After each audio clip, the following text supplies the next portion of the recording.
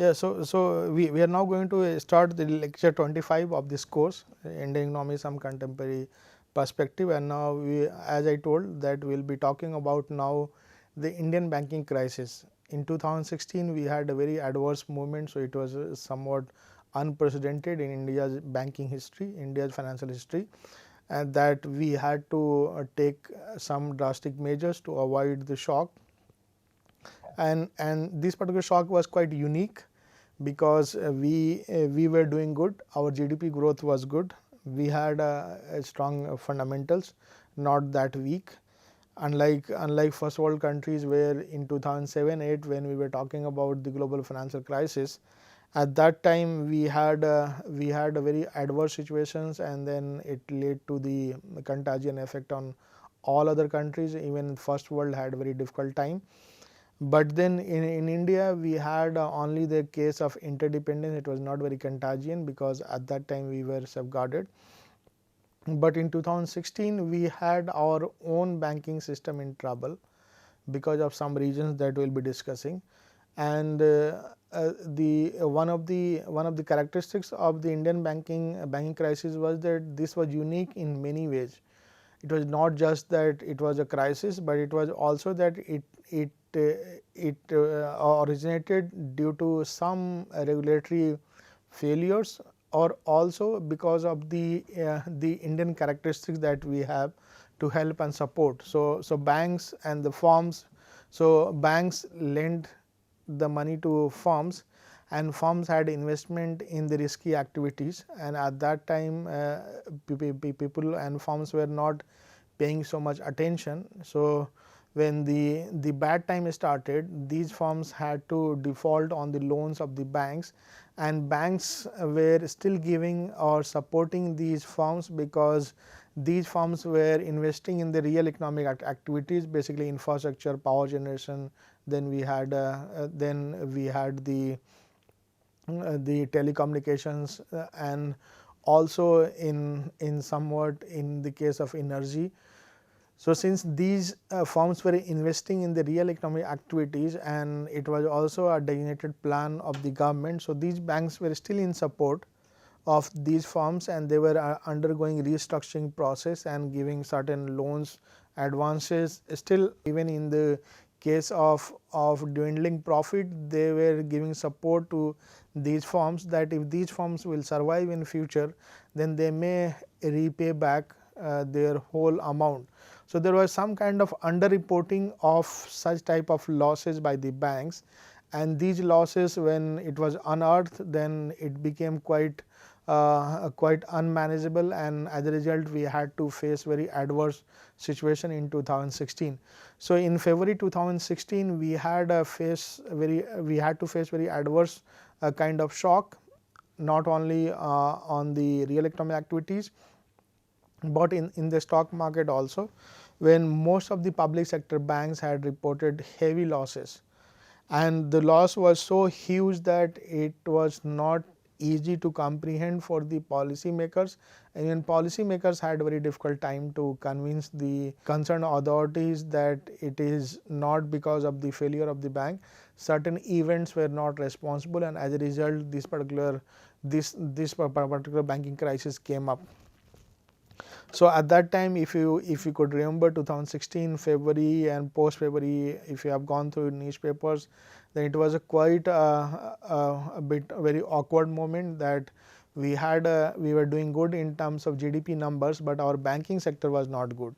And the certain measures we had to take, we had to implement certain rules and regulations immediately to tackle this problem, and then it took some time, and now we have still not recovered. So this banking crisis that we are going to talk about, it is called twin balance sheet crisis. So we'll have that detail in a few seconds. So if you go through the economic survey 2016-17 volume 1, and it mentions about the twin balance sheet crisis, and that's why in 2017-18 economic survey in volume 2 they had very detailed description of this, that how many firms were tried under the bankruptcy clauses and how they were monitored. So there was a whole lot of debate and discussion on this particular issue. So I have referred only two important documents. One is called Economic Survey 2016-17, Ministry of Finance, Government of India. Then we had Economic Survey 2017-18, Ministry of Finance, Government of India again. So if you as I have told in the beginning itself, that Economic Survey is the most credible source of information to know about certain activities, certain development, certain policy measures that Government of India had undertaken in last 1 year, and it provides a detailed account of that. Sometime you will also find the historical pictures mentioned over there, historical account of some events related to the current development that the government is taking. So Chapter 4 of Economic Survey 2016-17 talked about the unprecedented losses reported by the Indian banks and how the financial health of these banking system has deteriorated in the last couple of years. The Economic Survey characterized the Indian banking crisis as twin balance sheet. Why it is twin balance sheet? Because these banks, because of the failure of the firms to repay the debt, so there was transfer of shock from the so when the market was not doing good, the firms had to face those adverse situations, and as a result the balance sheet had no better scenarios, and these no better scenarios were transferred to the banks, and banks balance sheet also came in trouble. So for instance, suppose there is a bank and then you have the firm, and bank lends the money to the firm, suppose it is 100 crore, and this firm is supposed to invest this particular amount 100 crore to some other activities, and if this particular firm is not able to invest and not able to generate sufficient income so that it can repay the amount to the bank, then of course the firm is not doing good, so the balance sheet of the firm will not be good, and since it is not being able to repay 100 crore to the bank, then bank balance sheet will also be impaired. So it will not be also good. So the transfer or the spillover of shock from the firm's balance sheet to the bank balance sheet is called twin balance sheet problem. It is called twin balance sheet syndrome also. So economic advisor at that time, he had mentioned about the twin balance sheet problem in India, which later was called as the four balance sheet, which means that it has translated into the NBFC crisis and then also the real estate firm. So that we will be discussing in next two lectures. So the TBS problem explains the risk spillover moving from distressed over leveraged firms balance sheets to the bank balance sheet. Most of the public sector banks reported losses in the second week of February. So as I had already mentioned that the February fiasco, it is called February fiasco because in the second week of February, most of the public sector banks had reported the December Q3 results they had reported, and this Q3 result had all adverse scenarios for the banks, and as a result the stock market also had gone down by almost like 2000 points or so, and it became so gloomy that it looked like that the banking sector is now going to disappear, and there are a lot of apprehension, uncertainties, and that's why the second week of February it is called the February fiasco. So maybe in your exams you may be asked about the February fiasco. So if you look at the numbers, then Bank of Baroda reported a loss of rupees 3,342 crores, the highest ever quarterly loss posted by any public sector bank in the industry. IDBI Bank recorded a loss of 2,184 crore, while Bank of India posted a rupees 1,505 crore loss for the quarter in December. So these numbers reveal that the magnitude of the shock that the Indian financial system had to absorb. While these banks had reported huge losses, there were some banks which remained in a good financial position. It was Bank of Maharashtra and Vijaya Bank. Bank of Maharashtra and Vijaya Bank, for some regions they had reported the jump in the profit of 55.6% and 40.6% respectively. So this may be because these firms were having different exposures not to these sectors where the banks were incurring higher NPAs. So that's why this Bank of Baroda and IDBI Bank became one of the banks which absorbed the maximum shock of the NPA crisis that we had. Now, if you go through chapter 4, then you find that the economic advisor also mentions about what is called the asset quality review. So for the first time, central bank had gone for such a extensive review of the balance accounts of the banks. So earlier it was earlier it used to happen. So this one is the regular process, wherein each and every year every bank has to declare or has to at least reveal the number of bad accounts, which means that now accounts which have no earnings, no interest earnings for the bank, and it is done by the inspector of RBI, but or the individuals, those who are involved in such scrutiny, they are from RBI.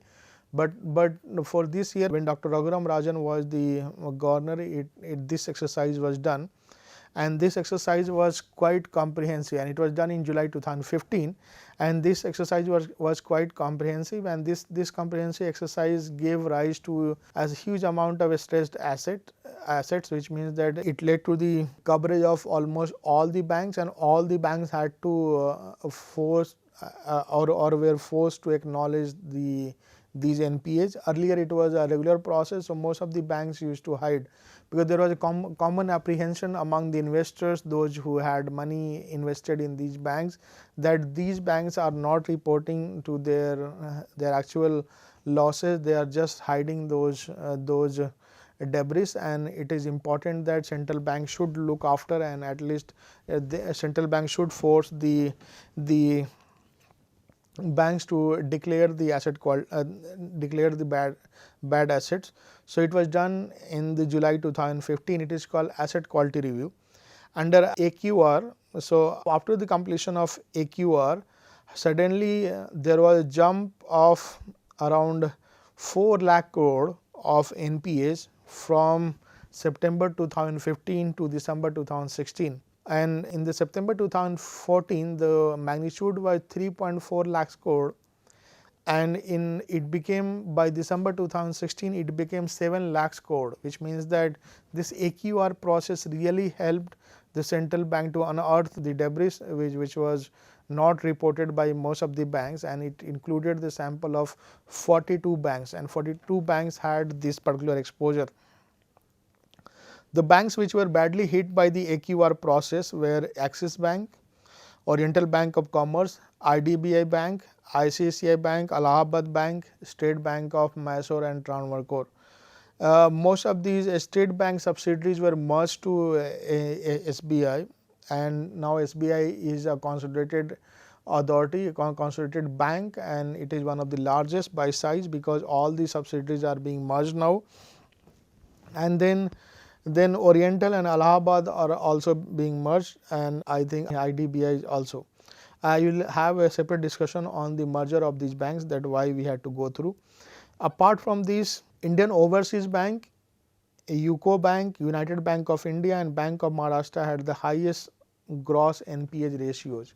So despite being that these banks were not reporting losses, the Bank of Maharashtra had the highest NPA ratio, which means that the accounts in which the bank has not received any amount, which means that the interest payment that the bank are supposed to receive on their loans sanctioned to these firms, they were not receiving it, and that's why it is called gross NPA. Net NPAs means when you include the interest or you adjust for the interest payment also. It was also found that banks which were exposed to core sectors such as iron and steel, power and infrastructure had the highest NPAs, and there were reasons for this that I will be discussing in next slide. So I found this Dugal era 2017 article, banking scorecard, quite useful, and if some of you are interested, you may go through this. It is quite interesting to read about the asset quality review. So just for the sake of understanding for not only economics students but also for the non-economics audience. The non-performing assets that we read in the newspaper or anywhere, it is said that it is a loan or advance for which principal and interest payments are not materialized for at least 90 days and it remains overdue. So, if it is due for 90 days, it means that 3 months. If the banks are not receiving interest income from the firms, then it becomes the NPAs, non-performing assets.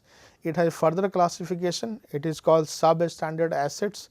So, assets which has remained NPAs for a period of less than or equal to 12 months. So, it becomes the substandard. Doubtful assets, if had remained in the substandard category for 12 months. So, these are the criteria, but NPAs is widely reported. Loss assets, a loss asset is one where loss has been identified by the bank or external auditors or the RBI, but the amount has not been written off fully. So, it means that it is not being now part of. So, these are important to mention because in some cases we may not have the idea, but these substandard ones are available on the RBI website. If you want to go through further classification, you can, there is a special mention account also.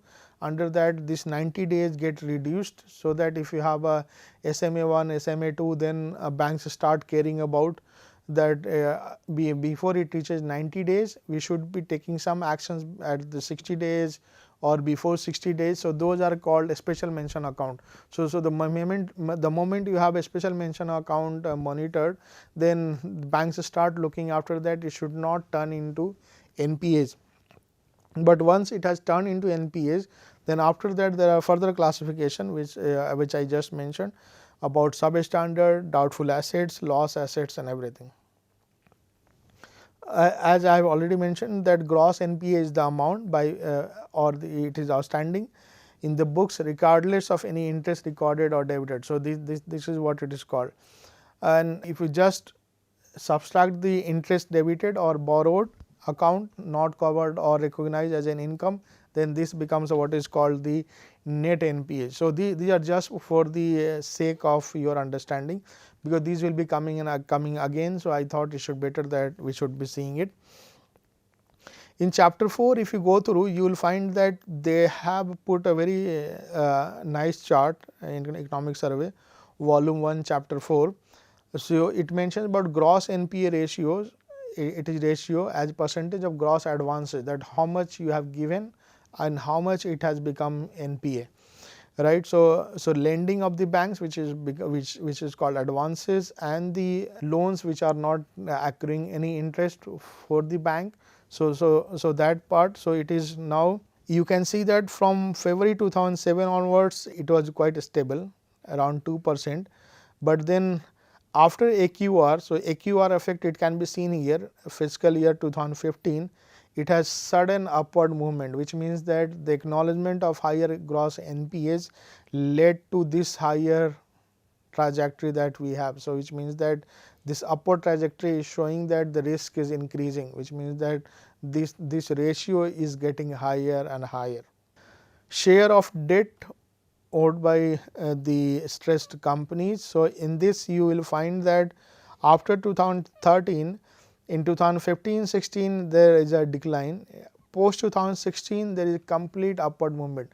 That also shows that during this period we had a complete upward mobility, which means that we had a insolvency and bankruptcy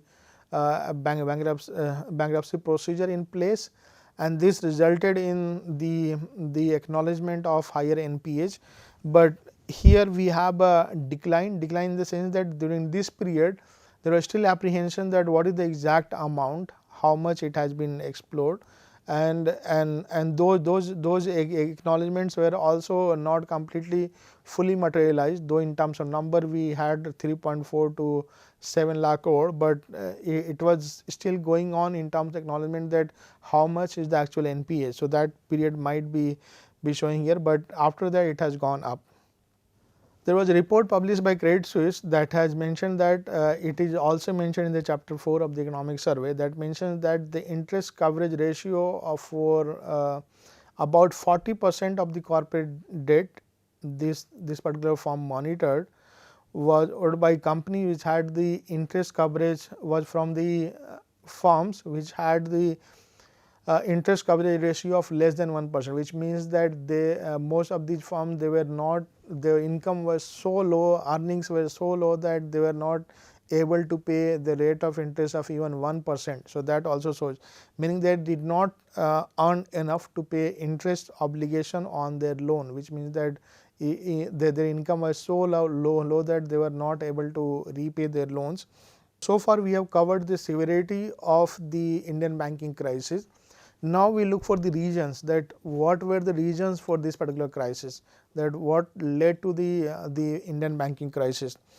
So the origin of the Indian banking crisis is linked to the mid 2000 investment boom, when the consortium of public sector banks financed the mega infrastructure. So mid 2000 government of India had gone for a heavy investment in infrastructure, and at that time the investments were made in the power generation, steel, infrastructure, telecoms and all. And at that time, since the macro fundamentals were really good and we had a sufficient scope for investment expansion, I would say largest investment plan in India's history that had gone up to more than 2 lakhs crore. So the investment ratio has reached from 11% to 38% or so, 33% or so.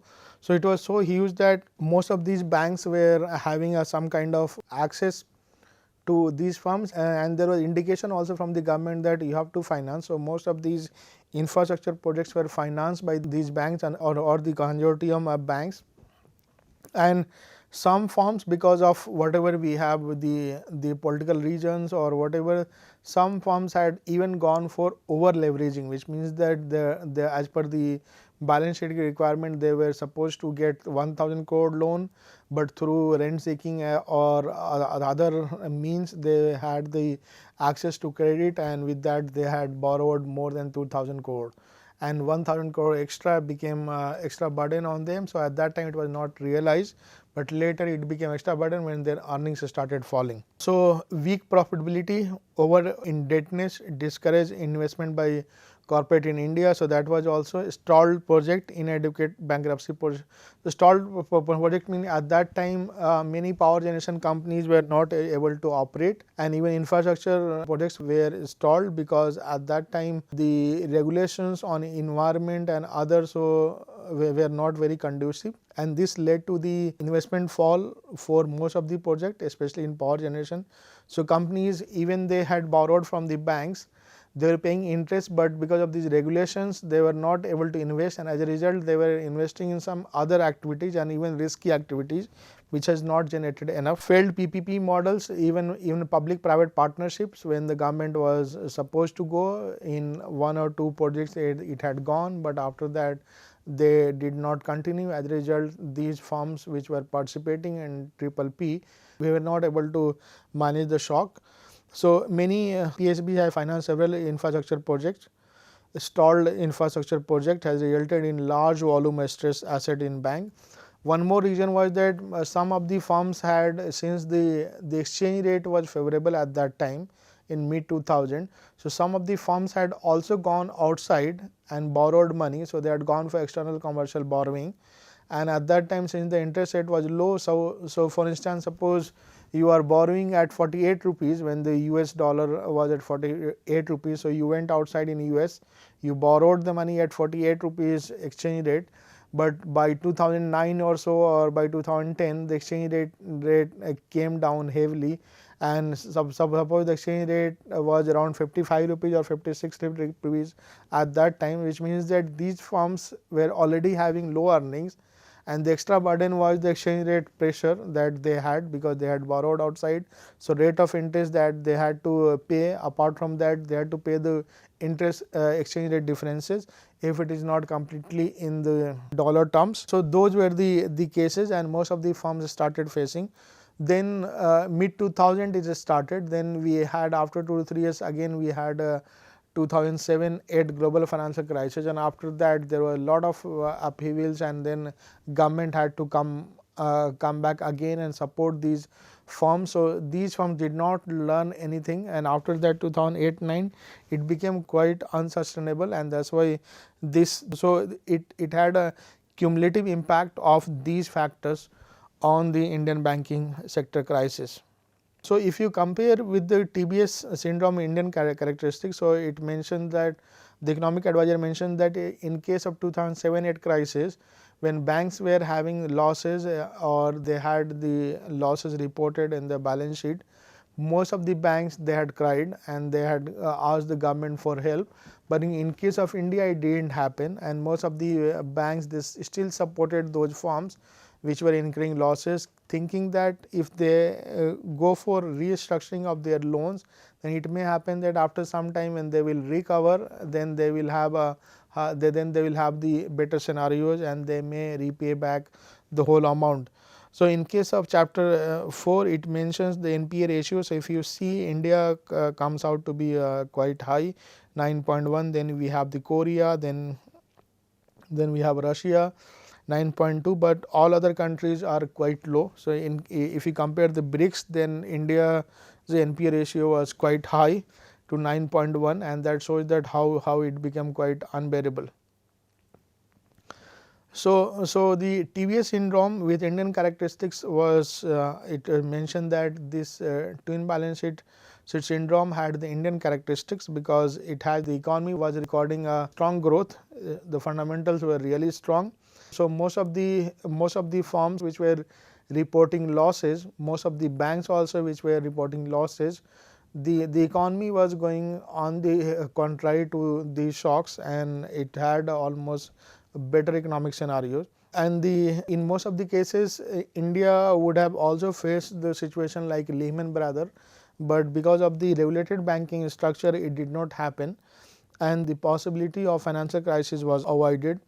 The mega investment plan supported the growth process and to some extent reduced the supply constraint, because most, as I mentioned, most of the investments were made in the power generation, infrastructure, then we had steel, then we had telecommunication, and this led to the expansion of capacities, and this capacity expansion had a positive impact on the overall I would say in terms of growth process of the economy. So for example, we had a Delhi airport, then we had after that we had a Mumbai airport, so the investment in airports, then we had the excess power supply, power generation, that also contributed a lot. So now in most of the most regions of the country we don't have the power outages that used to be reported earlier. It was also that most of the investments were also directed towards telecommunication. So telecommunication sector also saw a huge expansion. As a result, we are now completely self-reliant on the telecommunication front. Similarly, in case of steel also the capacity was expanded, and this has resulted in resulted in excess supply of the steel. And even in 2013 or 2015 when we had an adverse situation, so when Chinese economy had faced the 2015 shock, at that time there was excess supply coming from China. It was a case of proper dumping. In case of India, at that time government had taken measures to make sure that the domestic suppliers of steel are not affected by the dumping, and even in some cases even Japanese firms also were interested in dumping their cheap steel in India, but government took measures, which means that even though this banking crisis can be called as one of the most unprecedented shock that the economy had to absorb, but at the same time these investments that the firms had given, or the extension of credit to the firms which were investing in these activities, it has resulted in solving the supply constraint that the economy was facing earlier. So now we can see that we are now looking to have a Atmanirbhar Bharat, or we are going for Make in India scheme. At that time we were not so much focused on the infrastructure, and thankfully mid 2000 investment boom led to the creation of excess capacity in that direction. Unlike other countries, the Indian banking structure provided support to the distressed firms, as firms adopted the strategy of give time to time. So, even if the firms were reporting losses and were not able to repay, the banks, if they are asking for extra time or extra money, there was a case of evergreening of account by some banks, and give time to time in the sense that they were giving more times to the firms to invest in certain activities which were profitable, or go for restructuring of the loan, so that the rate of interest will be much lower. So, it becomes quite easy to handle. Most of the public sector banks decided to give stressed enterprises more time by postponing loan repayments, restructuring by 2015 no less than 6.4% of their loan standing. So, as I mentioned, there was some kind of postponement of low payment. So, now we will be continuing in the next session that how to what extent we can cover up the Indian twin balance sheet crisis with Indian characteristics. Thank you so much.